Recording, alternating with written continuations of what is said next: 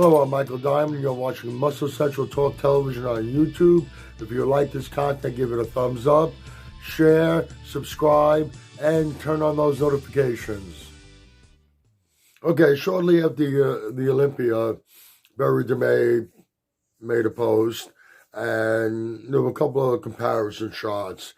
One was a comparison of him to Akeem Williams at this year's Olympia, back shots, and the other one was Hadi Choopan and Dorian Yates. I believe it was 92 Dorian Yates. Now, in all fairness to Hadi, the picture they showed of him really wasn't the greatest. It looked like it was probably taken by somebody's phone, and they pulled the screen open to make the picture bigger, screenshotted it, and it went out. The whole picture looked blurry, so it's really not a fair comparison. The point he was trying to make was that, once again, that same old argument, the condition of the 90s bodybuilders as opposed to the condition of the bodybuilders today. This got really strummed up a lot of attention a few years back when Brandon won the Olympia and Dorian Yates was on, excuse me, Patrick Bet-David's podcast, saying that Brandon would have made the top 6. He looked top 10 rather, and he looked 6 weeks out, and it's getting regurgitated right now. I made videos on the same topic also, but I'm also now rethinking some of the things I said. Yes, on a whole, the bodybuilders that stepped on stage in the 90s, on a whole, a higher percentage of them were coming in with stellar conditioning as opposed to what we have now. And it's been thrown around a few different reasons why. One thing probably has an effect on it is the amount of drugs that are being used.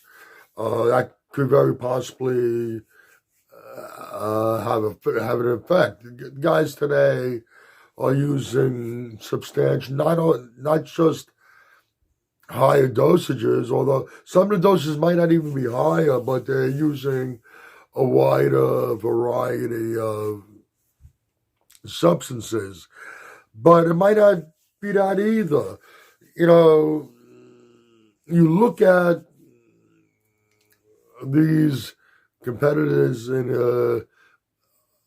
update pics leading up to the show, you'll see these guys looking peeled a week out from the show. And then sometimes you get an occasional one that brings it. The flack made, the shit that was said about Hadi comparing his conditioning to the 90s, he's one of the few that actually bring that type of conditioning. All right, well, where I'm getting with this, these guys are looking tremendous week out. You see them, this guy's winning the Olympia. Who's going to beat him? And more often than not, when they're on stage, you got a whole different story. They look soft. They look like they're holding not only water, maybe they're not lean enough. They haven't lost enough body fat. You can't if they're looking so peeled a week before,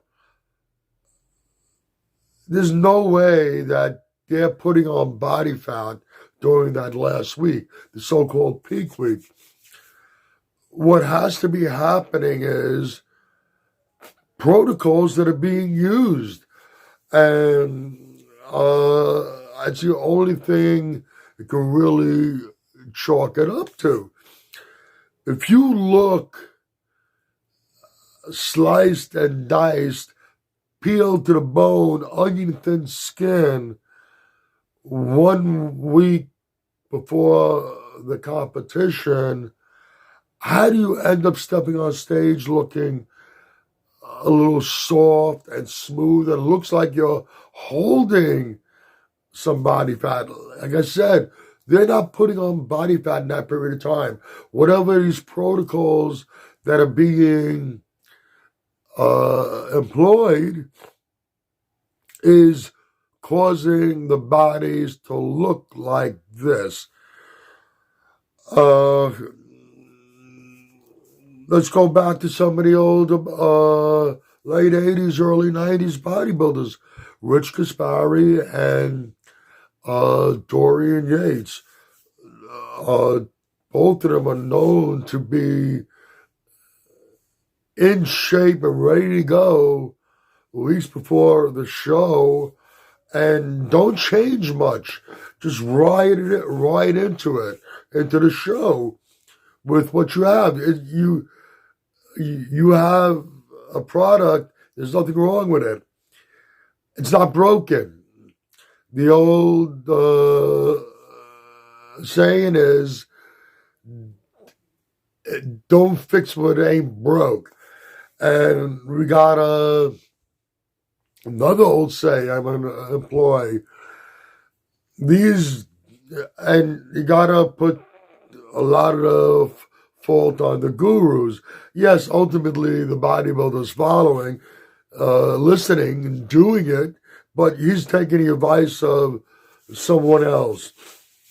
They're employing these methods, and these guys keep on coming in, looking the way they do, and they keep on doing the same thing over again, looking for a different result. The other expression I was talking about is the definition of insanity is doing the same thing over and over again and expecting a different result. Are the bodybuilders from the 90s, what ain't better condition than bodybuilders of today? Some say the guys today don't work as hard. I don't buy that. These guys are putting in work. They're working as hard. To answer the question, what a better condition in the 90s than now? Yes and no. Yes, when they stepped on stage, ultimately, and that's where it counts. When they stepped on stage, a higher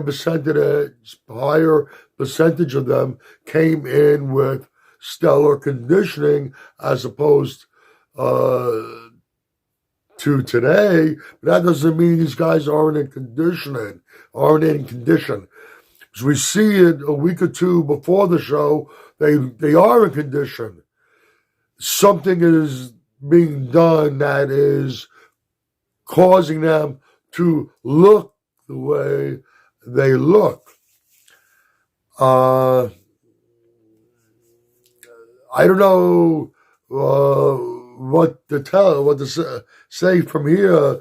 All I know is that they have to figure out a better approach. The protocols that are being used for this peak week are not working for a lot of the guys that are stepping on stage, and don't fix what ain't broke. You have it 1-2 weeks before the show, hold it. Don't change anything. Maybe you're going to drop a little water manipulation just before the show. But beyond that, what do you got to, why you want to try to fix what ain't broke? Don't keep on doing the same thing over and over again, expecting a different result. All right, that's just my 2 cents on this. If you agree or disagree with what I've said, please let me know in the comment section. If you like this video, please give it a thumbs up. Please share. By all means, subscribe. Do not forget to hit the notification bell. This way, every time I put up a new video, you'll be notified. Also, go to the description box. There are links there. One link is to the Facebook Muscle Central page. Any questions, go there, DM me. I'd be happy to answer them. There are links to Species Nutrition, Mr. G's Protein Snacks. Click on both those links. Go to both those websites. Check out all their great products. This is Michael Diamond. I'd like to thank you for watching Muscle Central.